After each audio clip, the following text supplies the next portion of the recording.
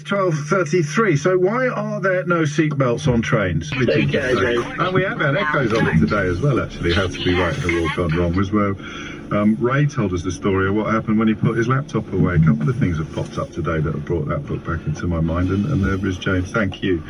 I love that. It's 12:36. John's in Falmouth. So pain and hands for James. John, question or answer? It's a question, please, James. Yes.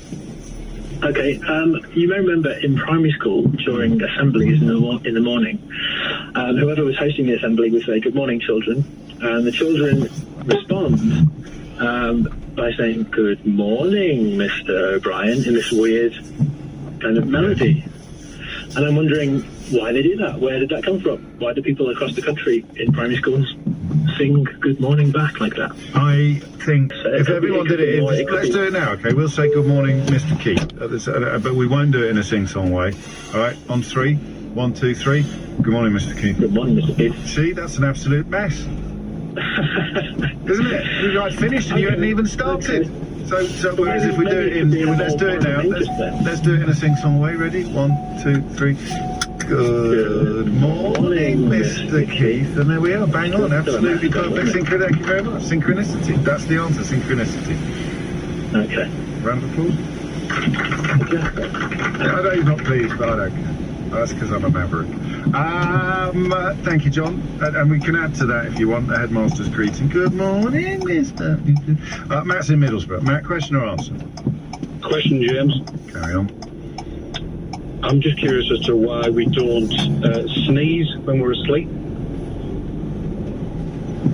I'm quite an allergenic type of chap, so when I wake up in the mornings, probably something to do with the dust. You do a lot of sneezing. Sneezing away, but never once have I startled myself awake in the middle of the night by sneezing, so it's a bit odd. It is a bit odd. I'm trying to think again, what would the reason be? No, you're on. Yeah, we've never said right, because there's all the things that would make you sneeze. They'll be in the pollen or whatever it was, or the dust particles would make you sneeze. But they're around when you're asleep. Is it because you don't breathe in through your nose as much? Oh, well, I think the snoring that I do, or the wife would probably. So there's plenty of nose action. There's plenty of nose action going on then, so it's not that. There's a lot going on, yeah. So imagine just being asleep and mid-dream, and all of a sudden you wake yourself up with a horrendous sneeze. Everything that we're more relaxed, maybe relaxed sort of.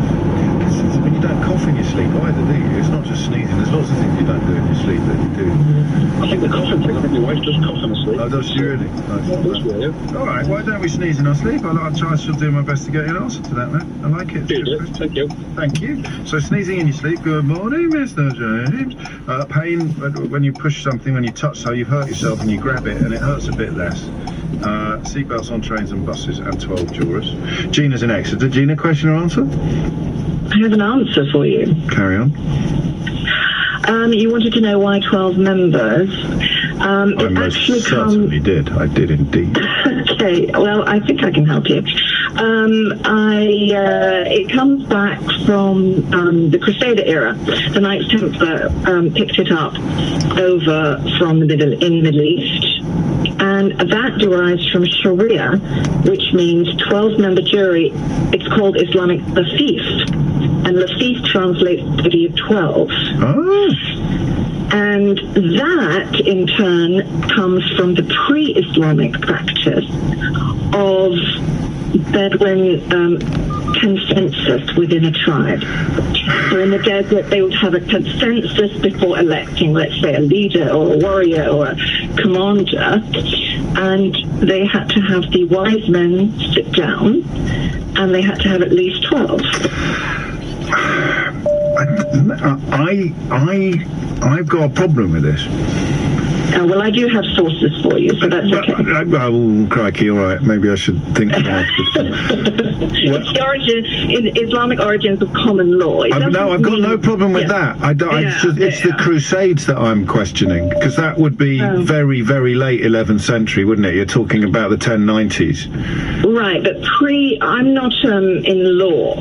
My specialty is in the Arab and Islamic world. Yes. So I can't specify law, but the body majority of our peers, I'm not sure if that specifies the number of a jury.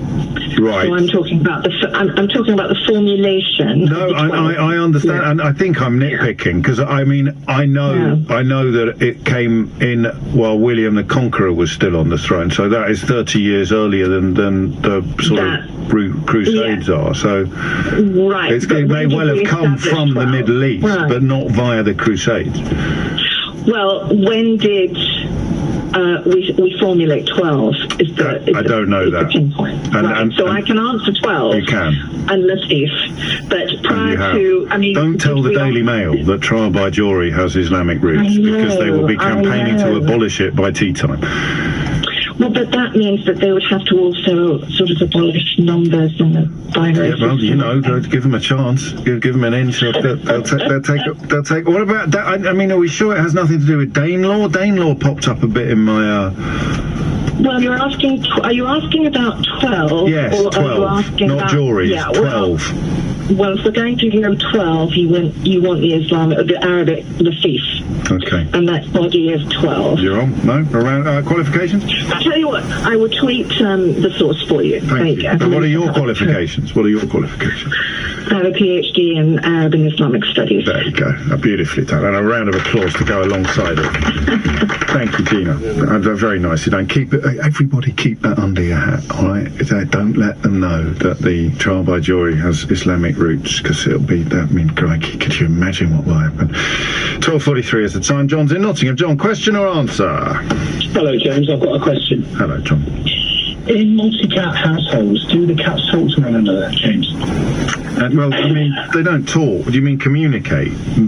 Yeah, obviously it's not verbal, but if you're out of the house and one asks the other, well, when are they coming back to feed us? Is any of this going on? Because we just had a visitor in our house recently of the feline variety, and he seems to be settling in really well, but I can just imagine him. He doesn't know how we tick, and he must be asking the other cat, well, what happens around here then? How does it work? And all these sorts of conversations. We've got 3 different ages. We've got a new kitten. Oh, yeah. She's lovely, actually. I don't know. I'm just thinking. They seem to communicate, but I think they do. Do you? Well, yeah, but you're being a bit anthropomorphic, aren't you? You don't mind me saying so. A little bit of anthropomorphism goes a long way. I just thought I'd throw it out there.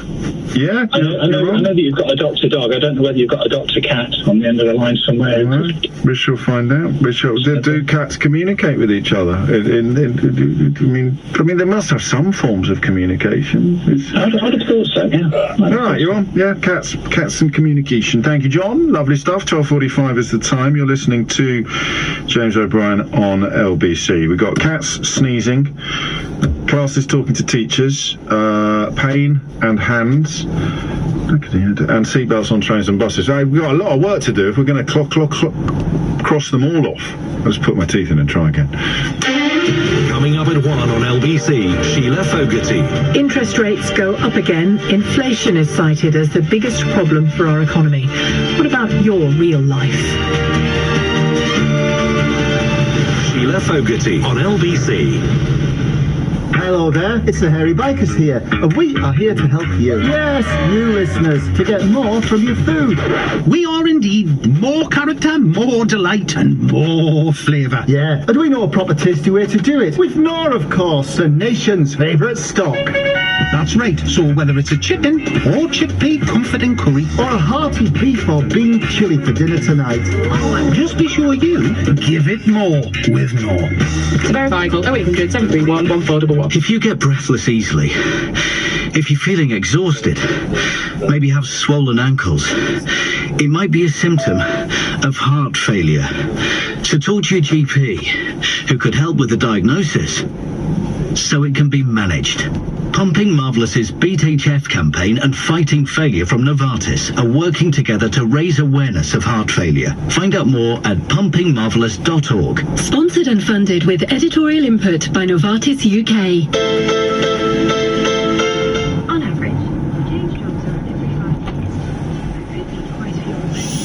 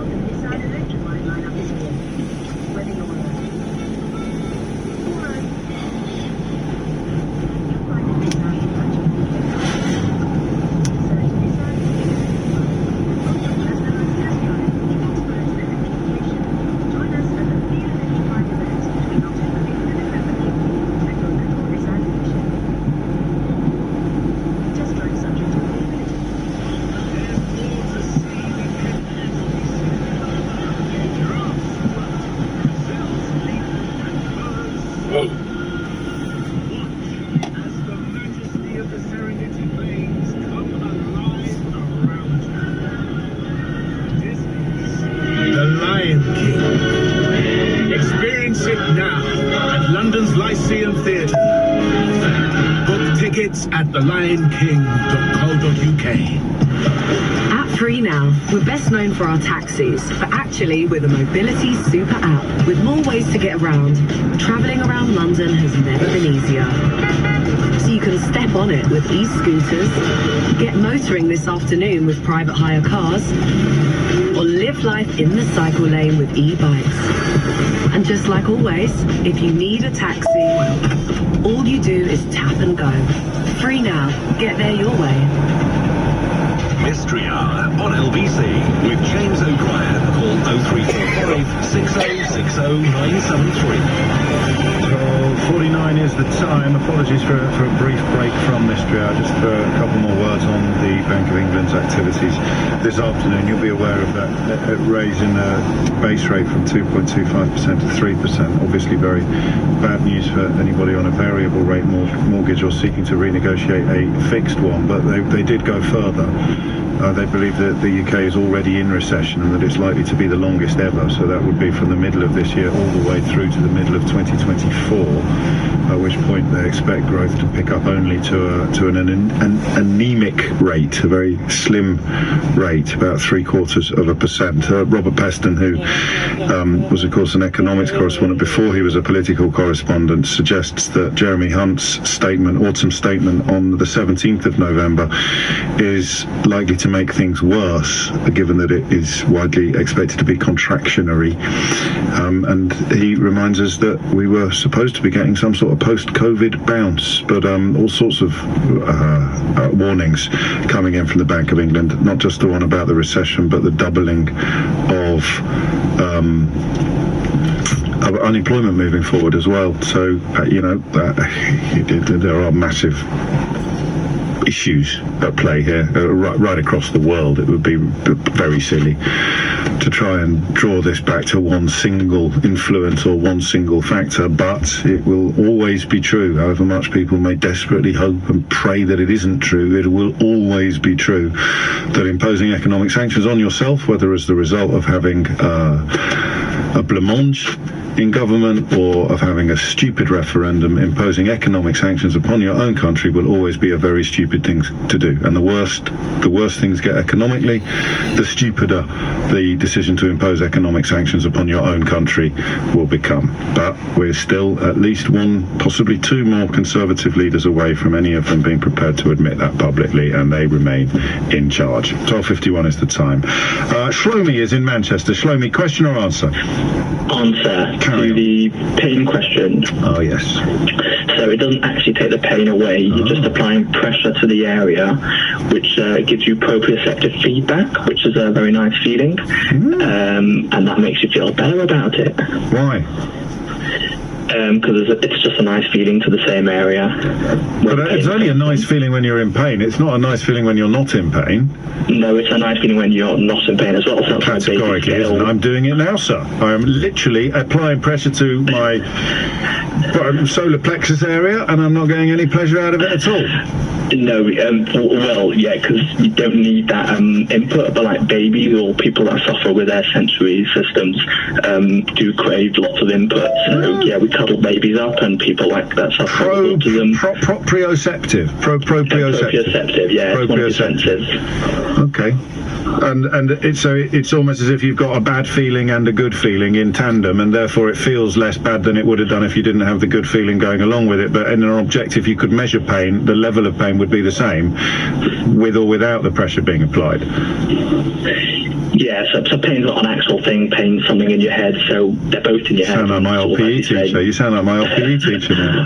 But it's true. It can't be true. Nothing's actually happening to that part of your body. It's the sensor that your brain's receiving that gives you the pain. Which is an evolutionary protection against carrying on doing things that are going to hurt you even more. Correct, yeah. All right, qualifications, I like this. Good answer. I'm a final year occupational therapy student. Congratulations. Have a round of applause. Thank you. If you fail all your exams, this will be a great consolation to you, Shlomi.